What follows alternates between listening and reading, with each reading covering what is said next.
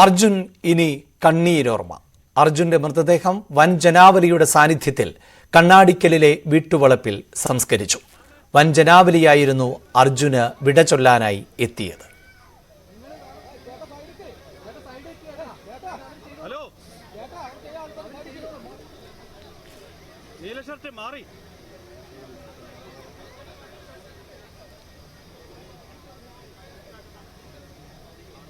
മലയാളികളെ ഒന്നടങ്കം കണ്ണീരണിയിച്ചുകൊണ്ടാണ് അർജുൻ വിടവാങ്ങിയത്. അർജുന്റെ മൃതദേഹം കണ്ണാടിക്കലിലേക്ക് എത്തിയപ്പോൾ മുതൽ നിലയ്ക്കാത്ത ജനപ്രവാഹം ആയിരുന്നു കണ്ണാടിക്കലിലെ അർജുന്റെ വസതിയിൽ ഉണ്ടായിരുന്നത്. അർജുനെ കാണാതായതിനു ശേഷം അർജുനു വേണ്ടിയുള്ള തിരച്ചിൽ പുരോഗമിക്കുമ്പോഴെല്ലാം ആ വീട്ടിലേക്ക് നിരവധി ആളുകൾ കുടുംബത്തെ ആശ്വസിപ്പിക്കാൻ എത്തിയിരുന്നു. പക്ഷേ ഇന്ന് അതിന് ആർക്കും സാധിക്കാതെ പോയി. അർജുന്റെ ചേതനയറ്റ ശരീരം കണ്ണാടിക്കലിലെ വീട്ടുവളപ്പിലേക്ക് എത്തിയപ്പോൾ വീടും പരിസര പ്രദേശങ്ങളും ജനസാഗരമായി മാറിയിരുന്നു. പിന്നീട് ആചാരപ്രകാരമുള്ള സംസ്കാര ചടങ്ങ് ആണ് നടന്നത്.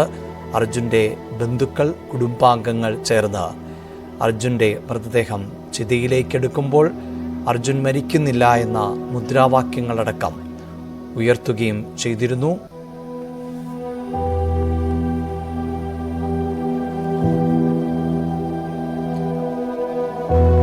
വാർത്തയുടെ വിശദാംശങ്ങളുമായി ഞങ്ങളുടെ പ്രതിനിധികൾ Tom Kuriakose, MS Aneesh Kumar, CV Anumod, Bhavya Parvathy എന്നിവരാണ്. ആദ്യം ടോമിലേക്ക്. ടോം, ദിവസങ്ങൾ നീണ്ട കാത്തിരിപ്പ്, ഒടുവിൽ അർജുൻ ജീവനോടെയില്ല എന്ന തിരിച്ചറിവ്, അർജുന്റെ ഭൗതിക ശരീരാവശിഷ്ടങ്ങൾ എങ്കിലും ലഭ്യമായതിൻ്റെ ആശ്വാസം. അർജുൻ ഓർമ്മയായിരിക്കുന്നു. കണ്ണാടിക്കലിലെ നാട്, വീട്, ബന്ധുക്കൾ, ഉറ്റവർ, ഉടയവർ എങ്ങനെയാണ് യാത്രയയപ്പ് നൽകിയത്?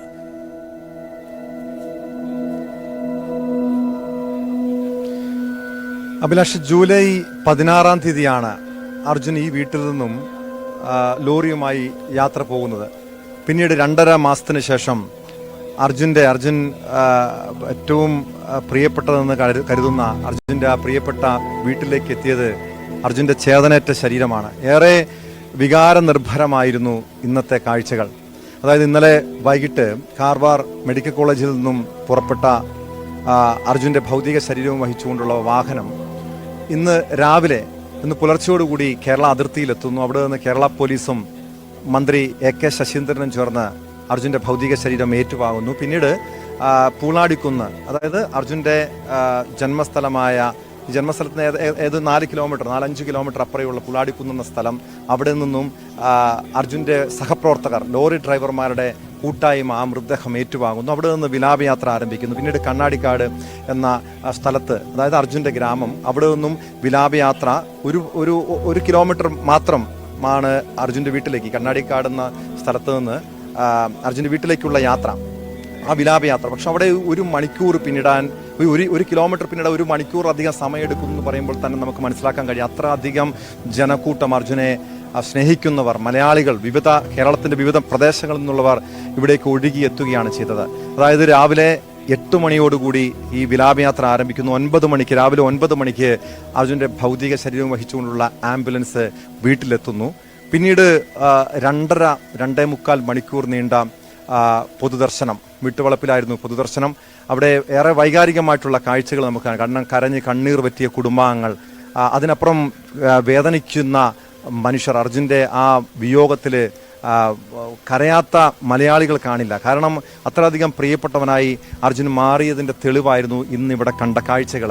അർജുനെ അന്തിമോപചാരം അർപ്പിക്കാൻ വേണ്ടി കാർവാർ MLA സതീഷ് കൃഷ്ണ സെയിലും ഈശ്വർ മൽപെ, മുങ്ങൽ വിദഗ്ധൻ ഈശ്വർ മൽപെ, ലോറിയുടെ ഉടമ, അർജുൻ്റെ ലോറിയുടെ ഉടമ മനാഫ് ഉൾപ്പെടെയുള്ളവർ ഈ അന്തിമ കർമ്മങ്ങൾക്ക് സാക്ഷികളായിരുന്നു. അർജുൻ്റെ മകനും സഹോദരൻ അഭിജിത്ത്, മറ്റുറ്റ ബന്ധുമിത്രാദികൾ എന്നിവർ ചേർന്നാണ് ഈ അന്ത്യകർമ്മങ്ങൾ നിർവഹിച്ചത്.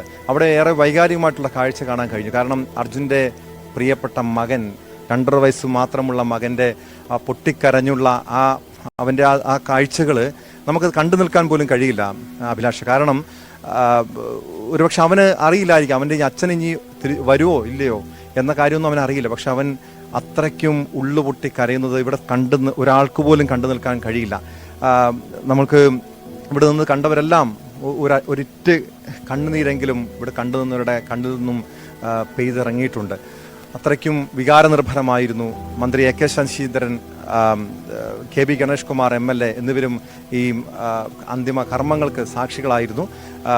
M K Raghavan MP, Shafi Parambil MP, മറ്റ് ടി സിദ്ദിഖ്, സച്ചിൻ ദേവ് ഉൾപ്പെടെയുള്ള MLA-മാരും അതോടൊപ്പം DYFIയുടെ പ്രവർത്തകർ. അർജുൻ ഇവിടുത്തെ DYFIയുടെ സജീവ പ്രവർത്തകനായിരുന്നു, യൂണിറ്റ് സെക്രട്ടറി ആയിരുന്നു, ഇവിടുത്തെ ക്ലബിൻ്റെയൊക്കെ ഭാരവാഹിയായിരുന്നു. നാട്ടിൽ എല്ലാ പൊതുപ്രവർത്തന രംഗത്തും സജീവമായിട്ടുണ്ടായിരുന്ന, ഇവിടെ ഈ നാട്ടിൽ പ്രളയം വന്നപ്പോൾ അവിടുത്തെ ഈ രക്ഷാപ്രവർത്തനത്തിന് മുൻപന്തിയിലുണ്ടായിരുന്ന, DYFIയുടെ പൊതുച്ചോർ വിതരണത്തിന് മുൻപന്തിയിലുള്ള ഒരു ചെറുപ്പക്കാരൻ. അതുമാത്രമായിരിക്കില്ല, അർജുൻ എന്തോ നമ്മുടെ മലയാളികൾ ഓരോരുത്തരുടെയും ഒരു കുടുംബാംഗമായി, നമ്മുടെയൊക്കെ സഹോദരനായി മാറിയ കാഴ്ച അതാണ്. കഴിഞ്ഞ ഈ 72 ദിവസത്തിന് ശേഷമാണ് അർജുൻ്റെ ഭൗതിക ശരീരം അല്ലെങ്കിൽ ശരീരാവശിഷ്ടം കണ്ടെത്തുന്നത്. ഒരു ഘട്ടത്തിൽ പോലും അർജുൻ തിരിച്ചെത്തുമോ എന്ന ഒരു പ്രതീക്ഷ പോലും നശിച്ച, അല്ലെങ്കിൽ അർജുൻ്റെ ഈ ശരീരാവശിഷ്ടം പോലും കിട്ടുമോ എന്നൊരു സംശയം പോലും ഉണ്ടായിരുന്ന ഒരു അനിശ്ചിതാവസ്ഥ ഉണ്ടായിരുന്നുവെങ്കിൽ പിന്നീട് ഒരു പ്രതീക്ഷയുടെ ഒരു നാമ്പെങ്കിലും പിന്നീട് നമുക്ക് ഉണ്ടാകുന്നത് ഈ ഒരാഴ്ച മുൻപാണ്. അതായത് ഗോവയിൽ നിന്ന് ഡ്രഡ്ജർ എത്തുന്നു, അവിടെ പരിശോധന നടത്തുന്നു. ഈശ്വർ മൽപ്പെ അതിൻ്റെ ഈ ലോറിയുടെ നിന്ന് കരുതുന്ന ഒരു ഭാഗം ഈശ്വർ മൽപ്പയ്ക്ക് തിരിച്ചറിയാൻ കഴിയുന്നു. പിന്നീട് അവിടെ തിരച്ചിൽ നടത്തിയ ശേഷമാണ് അർജുൻ്റെ ലോറി കണ്ടെത്താൻ കഴിയുന്നത്, അർജുൻ്റെ ശരീരാവശിഷ്ടം അവിടെ നിന്ന് ഉണ്ട് എന്ന് തിരിച്ചറിയുന്നത്. പിന്നീട് അർജുൻ്റെ ശരീരാവശിഷ്ടങ്ങൾക്കൊപ്പം അവിടെ നിന്ന് ലഭിച്ച അവൻ്റെ മകന് വേണ്ടി സമ്മാനമായി വാങ്ങിയ കളിപ്പാട്ടം, അതൊക്കെയാണ് അർജുൻ എന്ന വ്യക്തിയുടെ ഓർമ്മകളുടെ അവശേഷിപ്പ് മാത്രം. അതോടൊപ്പം അർജുൻ ഓരോരുത്തരുടെയും, ഈ നാട്ടുകാരുടെ, മലയാളികളുടെ, ഒന്നാടുകളുടെ എല്ലാവരുടെയും മനസ്സിൽ എന്നും ഒരു വിങ്ങുന്ന ഓർമ്മയായി അവശേഷിക്കുകയാണ്. MS അനീഷ് കുമാർ കൂടി ചേരുന്നു. അനീഷ്,